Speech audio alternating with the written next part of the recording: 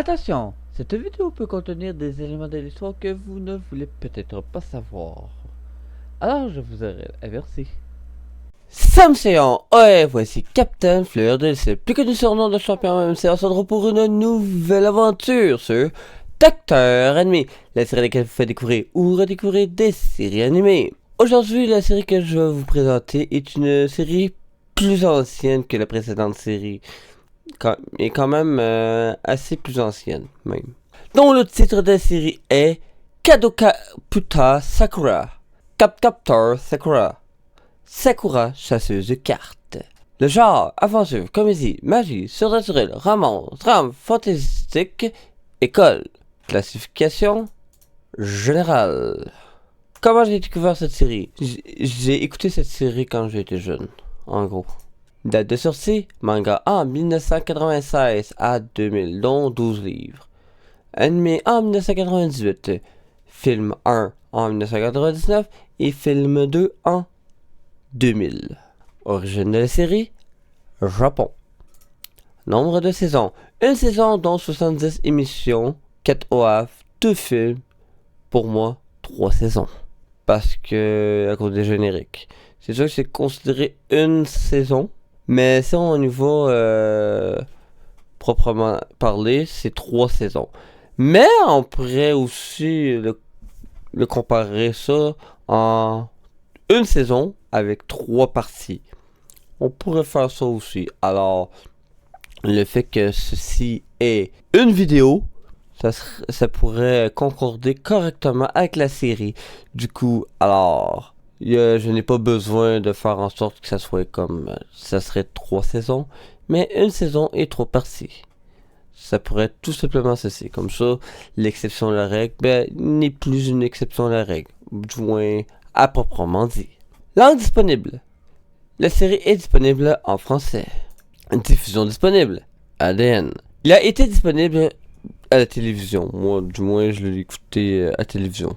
Mais, il est maintenant disponible sur des sites spécialisés comme Netflix en anglais, sous-titré en français, ADN, comme je le dis, car il était disponible sur YouTube avant, l'intégralité. À part des films qui étaient pas disponibles sur YouTube nécessairement, mais sinon tout le reste était disponible sur YouTube. Malheureusement. Et le film 2 sur Crunchyroll. Je peux juste écouter le deuxième film, pis c'est tout. Le premier film, je suis capable de le trouver, mais d'une autre façon.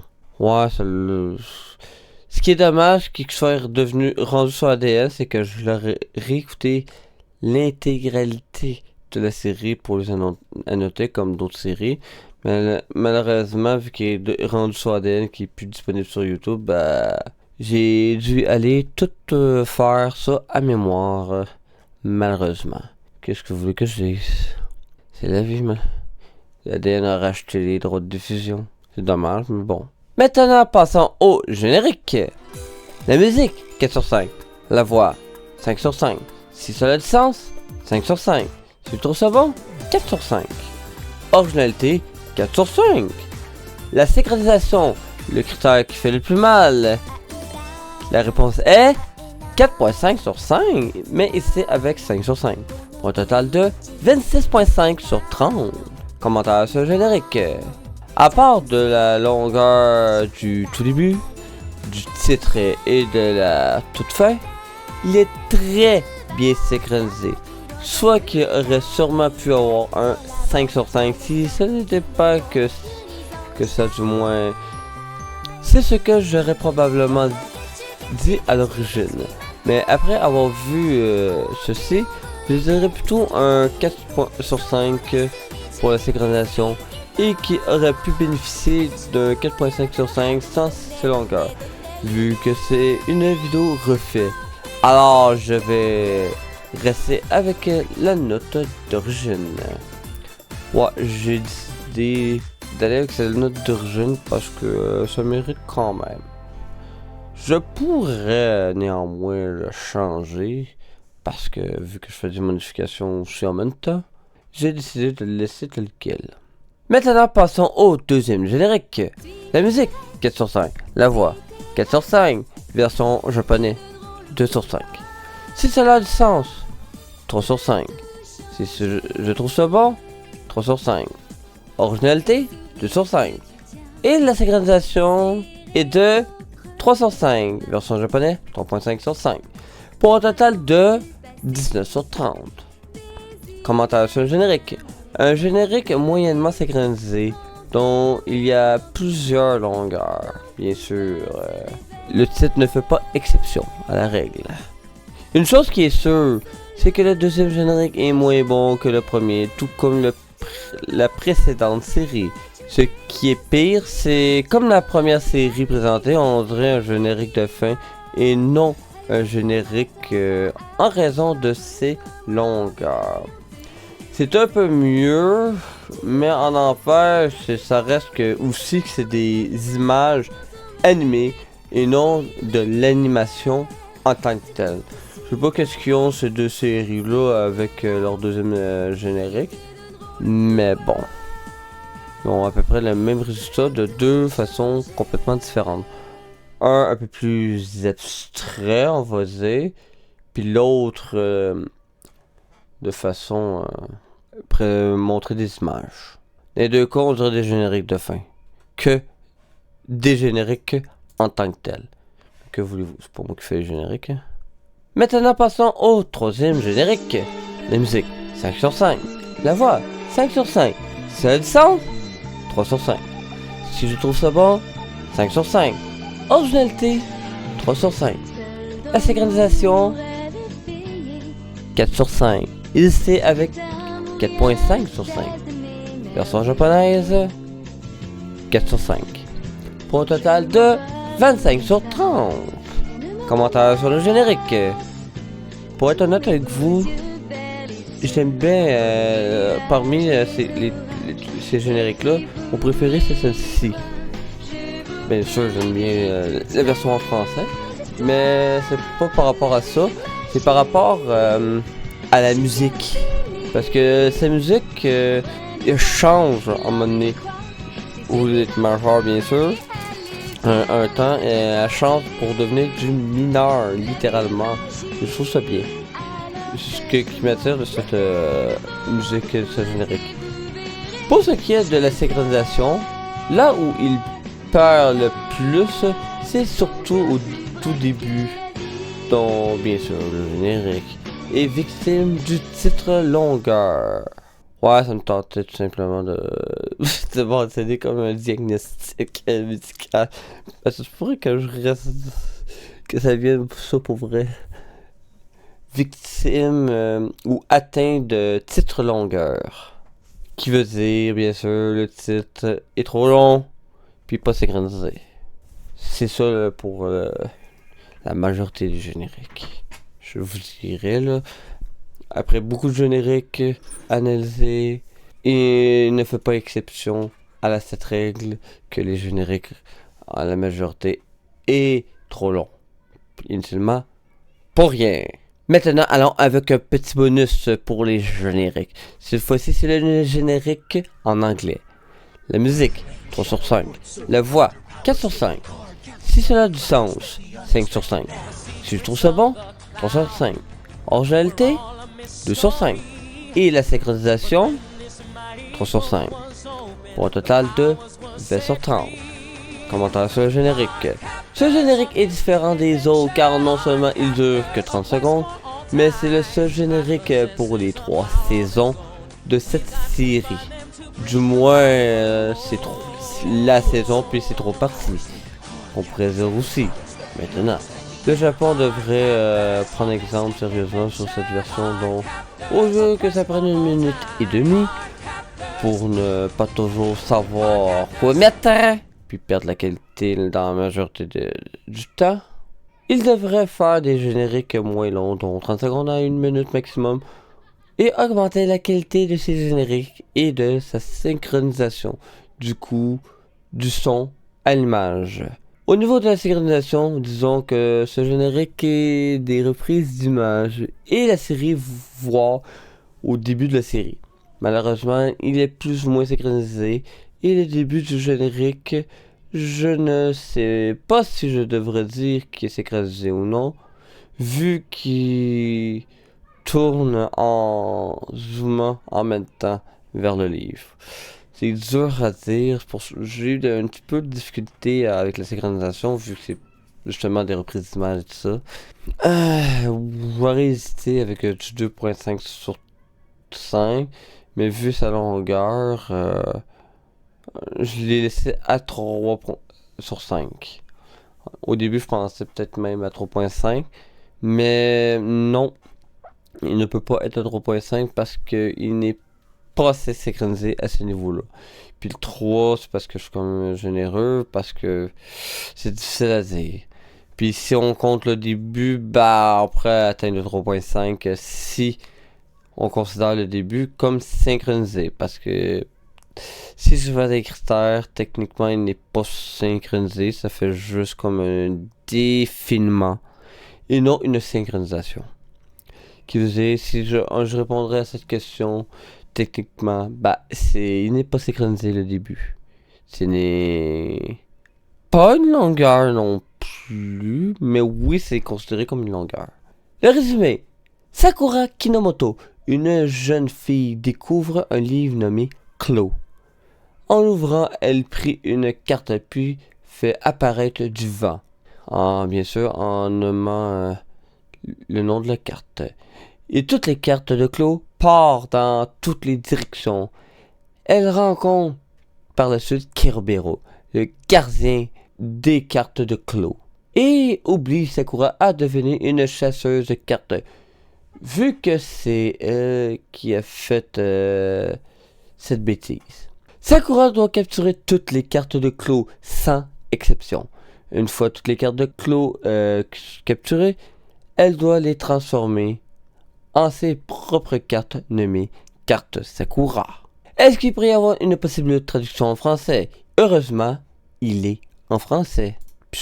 Et cela depuis les années 80, depuis 1998, ce qui est bien. Mes impressions de l'émission, critique, personnages. Les personnages sont bien et attachants, rien à dire à ce niveau-là. Histoire en général. Il y a une bonne histoire en règle générale. S'il y a de l'intrigue, oui, il y a une bonne intrigue. L'intrigue de la série, c'est la capture des cartes de Clos. Puis on pourrait dire aussi les difficultés qui viennent avec. La fluidité. Il y a une bonne fluidité, rien à dire. Le procédé artistique, standard. Originalité de la série. Une fille qui a des pouvoirs magiques sans se transformer. Bien sûr, je me base sur les séries comme Sailor Moon. Là. C'est comme si j'analyserais cette série en 2000 dans le fond.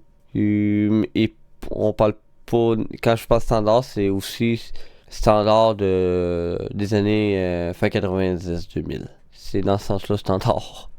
Faut pas que j'oublie ces petits détails. Ce qui fait que ça distingue.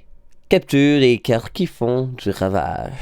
Ouais, cherche quoi mettre pour être tête. Le doublage en français, c'est agréable et va bien avec les personnages. En anglais, voix plus grave et selon moi, concorde pas vraiment avec les personnages. J'ai bien de la misère avec les voix anglophones dans les séries.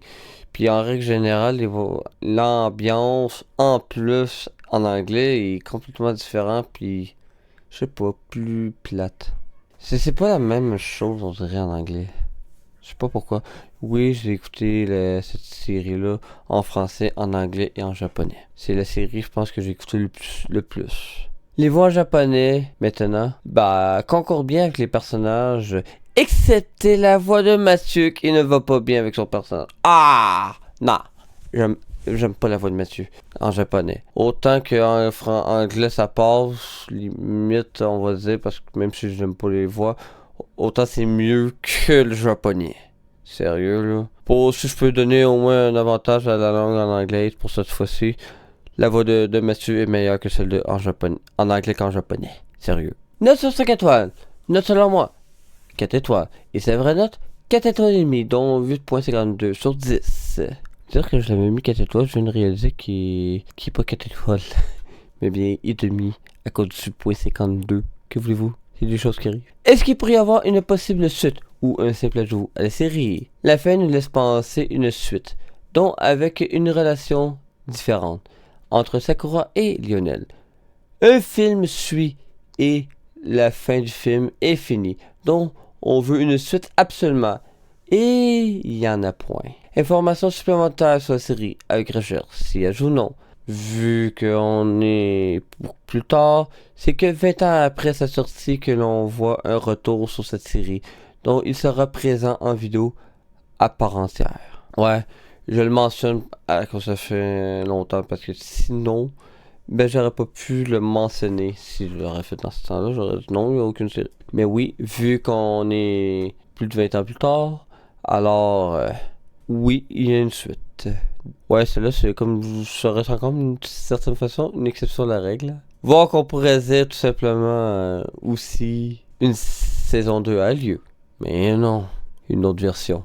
De toute façon, je vais vous en dire davantage dans la prochaine vidéo avec la vidéo 2.2. Questionnement émissaire sur la série. Des questionnements émissaires, il y en a. Mais vu qu'il y a une suite, alors je vais les présenter dans la prochaine vidéo de Dr. Anime. Du moins, avec la suite de cette série, avec la vidéo 2.2. S'il serait passé ça, que serait-il passé si les livres n'auraient pas été ouverts? Du moins qu'elle n'aurait pas ouvert, voire qu'elle n'aurait pas... Kerobero n'aurait pas ronflé aussi. Ben, du moins, c'est difficile à dire. Je veux dire l'autre aussi, avant. Si Sakura n'aurait pas prononcé Windy et que toutes les cartes seraient restées là, que serait-il passé dans les deux cas? Ils sont quand même similaires, faut se le dire. Premièrement, si elle n'aurait pas... l'autre n'aurait pas ronflé, premièrement, ben, elle n'aurait pas ouvert le livre. Et ben, c'est difficile à dire. Réellement, c'est difficile à dire. Parce qu'on peut pas... elle aurait vécu une vie normale à l'école, tout ça. Peut-être qu'il y aurait eu des événements qui auraient poussé à faire en sorte que le livre soit découvert, peut-être. Mais sinon, elle aurait vécu une vie bien ordinaire, probablement. Selon moi. Bien sûr. Ça serait le fun, une version comme ça. Je sais pas. Mais par contre, si elle aurait pas prononcé Windy... Que serait-il passé? Ça, c'est une autre histoire. Là, la réponse est un peu plus, selon moi, simple. Elle a ouvert. Elle aurait pas pris Wendy. Dit Wendy. Je sais pas si elle aurait demandé à son père c'est quoi ce livre. Je sais pas. Peut-être qu'il nous aurait dit de bien des affaires s'il aurait dit à son père. Ou peut-être même son père aurait donné ce livre plus tard, hein. Si elle aurait pas ouvert le livre, peut-être son père aurait donné ce livre, puis ça aurait enlevé un mystère. Parce qu'il y a tellement de mystères. Peut-être son père n'est même pas au courant non plus, je sais pas.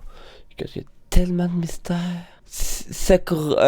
Ben, dans le fond, qu'est-ce qui serait passé? Ben, Kerobero aurait probablement sorti, serait réveillé, puis qui sait, peut-être elle aurait été la gardienne des cartes.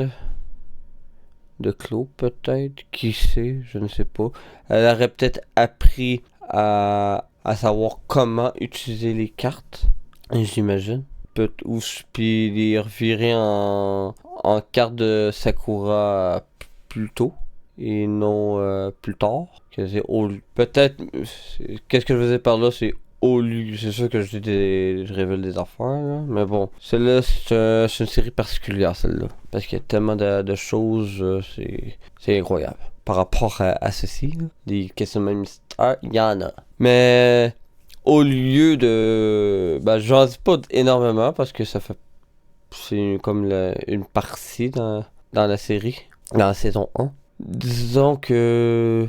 Après avoir capturé toutes les cartes de Clos, par la suite, elle les fait transformer en cartes de Sakura. Parce qu'il le faut. Puis en faisant ça vient à elle.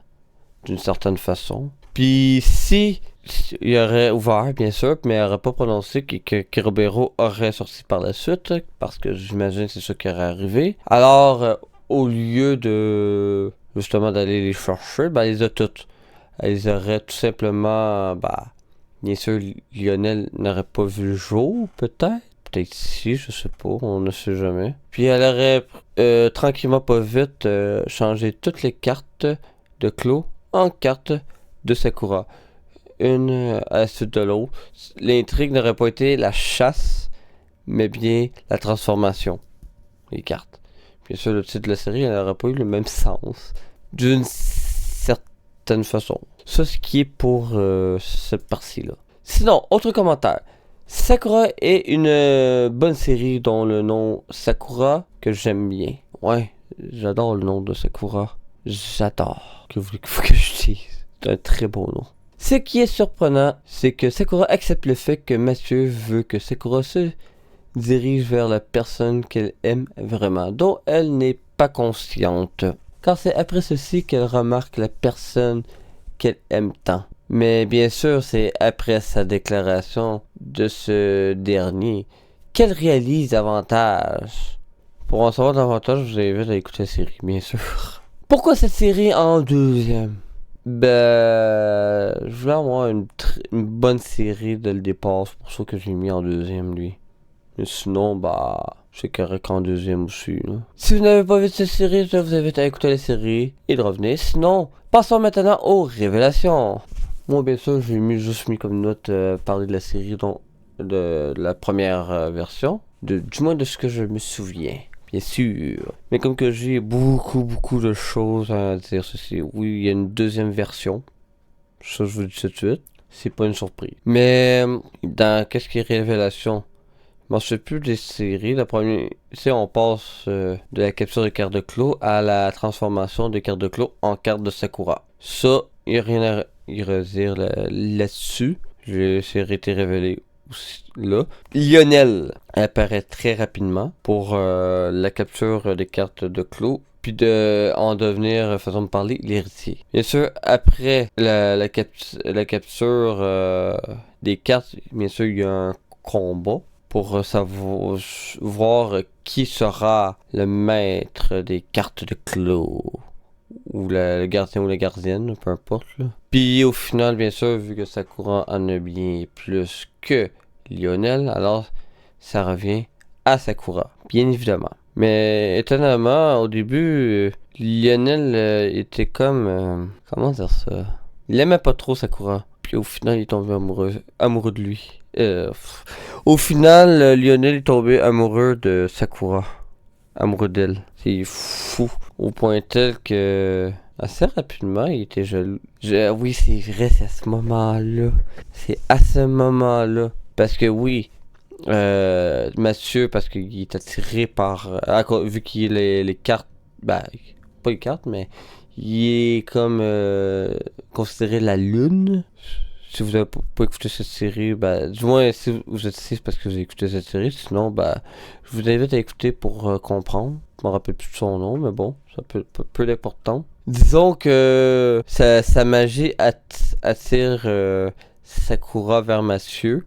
Donc, pour ça que Sakura est amoureuse de Mathieu. Alors, sa magie attire aussi Lionel.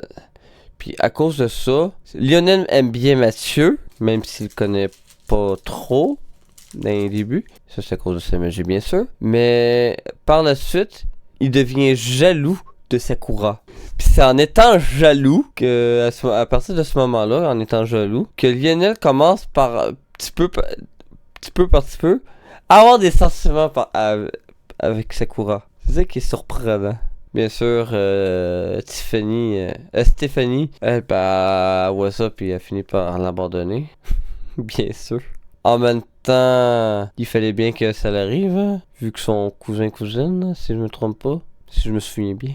Mais c'est quand même, Stéphanie, c'est bien une bonne amie. Là, je suis lors du montage, juste quelques précisions que je n'ai pas mentionnées. Mathieu, dans le fond, il y a deux formes. La forme Mathieu et la forme de la lune, dont je me rappelle plus du nom. Kerobero, lui, tant que lui, il représente le soleil.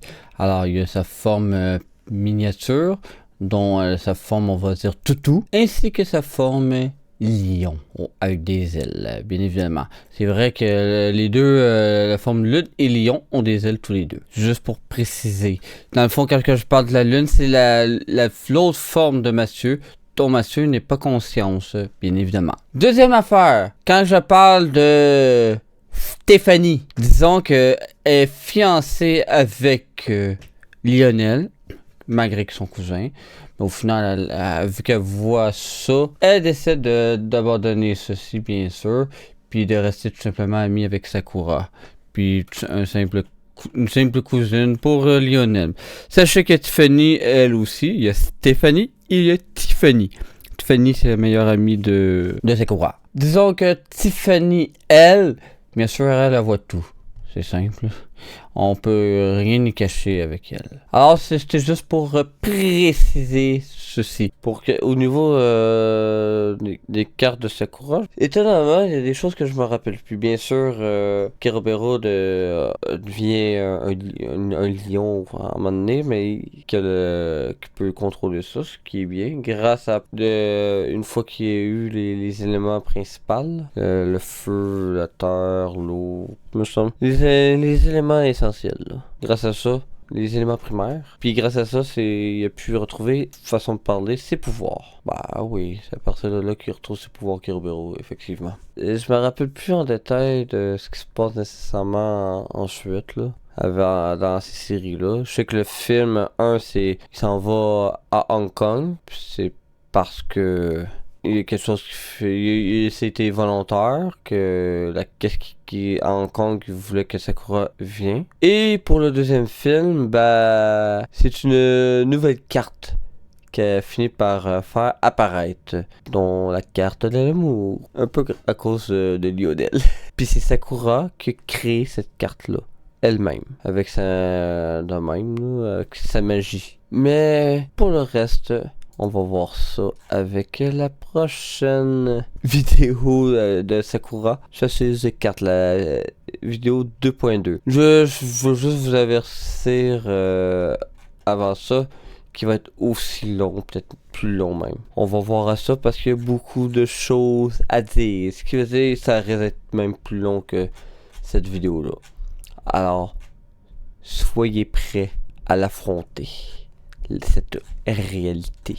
Alors pour ça, j'espère que vous avez bien aimé cette vidéo. N'hésitez pas à rejoindre mon équipage sur le navire 10. Vous pouvez toujours me suivre sur peu importe la plateforme dont tout le monde est bienvenu. Alors pour ça, je vous dis bonne journée, bonne soirée. On se retrouve pour une nouvelle aventure sur Docteur Ennemi, la série à laquelle je vous fais découvrir ou redécouvrir des séries animées. Alors pour ça, je vous dis merci à tous.